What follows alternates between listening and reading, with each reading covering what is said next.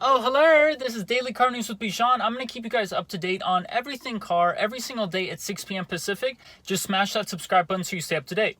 Hey, we've hit a cool milestone. So we've hit 100 subscribers. Now, I know to most people on YouTube, most creators, that isn't really much, but making 100 friends along the way and 100 people who support the channel here means a lot to me. I think that's really, really cool. So I just want to say thank you to everybody who subscribed so far and hope you all have a great day.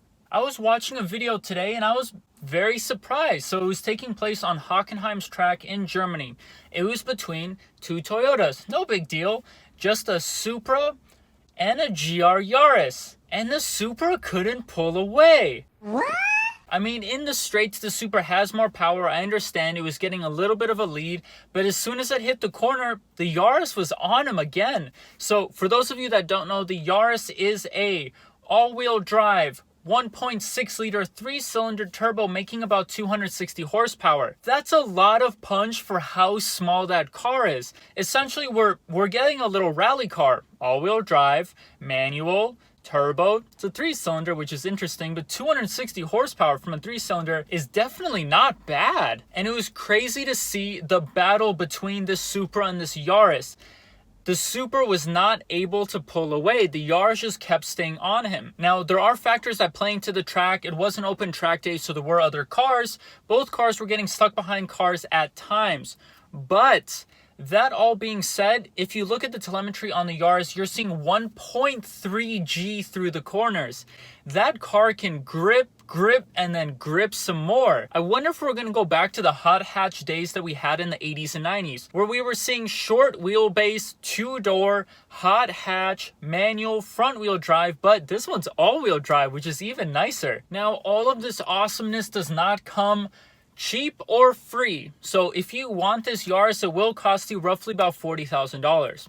If we compare that to something like the Nissan Z that was just announced, that car comes in at $35,000 and we're getting 400 horsepower, rear-wheel drive, and a 6-speed manual. If you want to get a Supra, you can get the 4-cylinder Supra for about $42,000. Now, if you want the nice 3.0 Supra, you're going to have to pay a little bit more than that, about $10,000 more, maybe just a touch less. What's interesting about the Yaris is it's so vastly different from its competitors in the price range. All-wheel drive instead of rear-wheel drive in the other two options, and it's going to be an aggressive-looking hot hatch. I'm excited for this Yaris to come out, and I'm excited for the Z to come out so that we can put them head-to-head and kind of see how they stack up. Depending on how the Z is set up, if you get the Z, because there's two trim levels on the Z, S trim and T trim. S trim is going to be the more sporty one. If you get an S trim, it's about $40,000. So the two cars will sit right at about $40,000.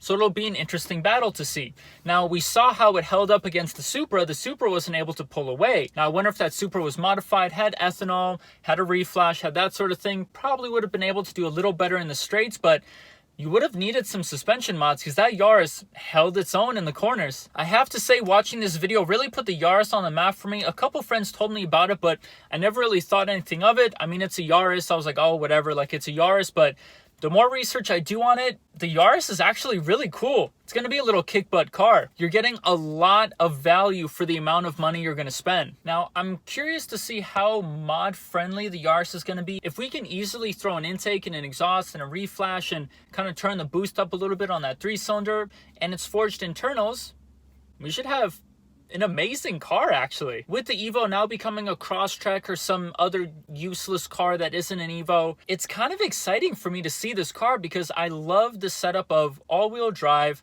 manual, turboed 4-cylinder with forged internals that you can turn up the boost, rally it, have fun with it, thrash on it, and just enjoy what you're doing.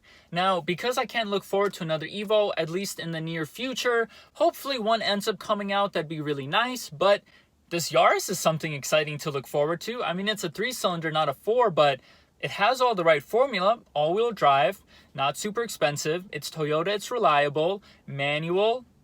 I mean, hey, it's something to look forward to.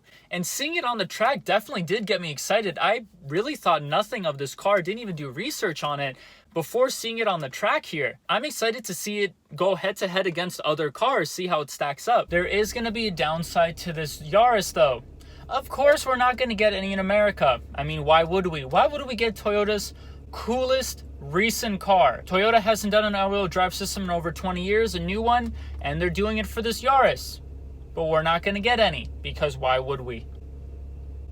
So I guess we'll just have to check out videos and see how they stack up to other cars. The Z isn't going to be going to Europe though, so I guess those two will never go head to head. That's going to be it for today's daily car news. I'll see you guys on the next one.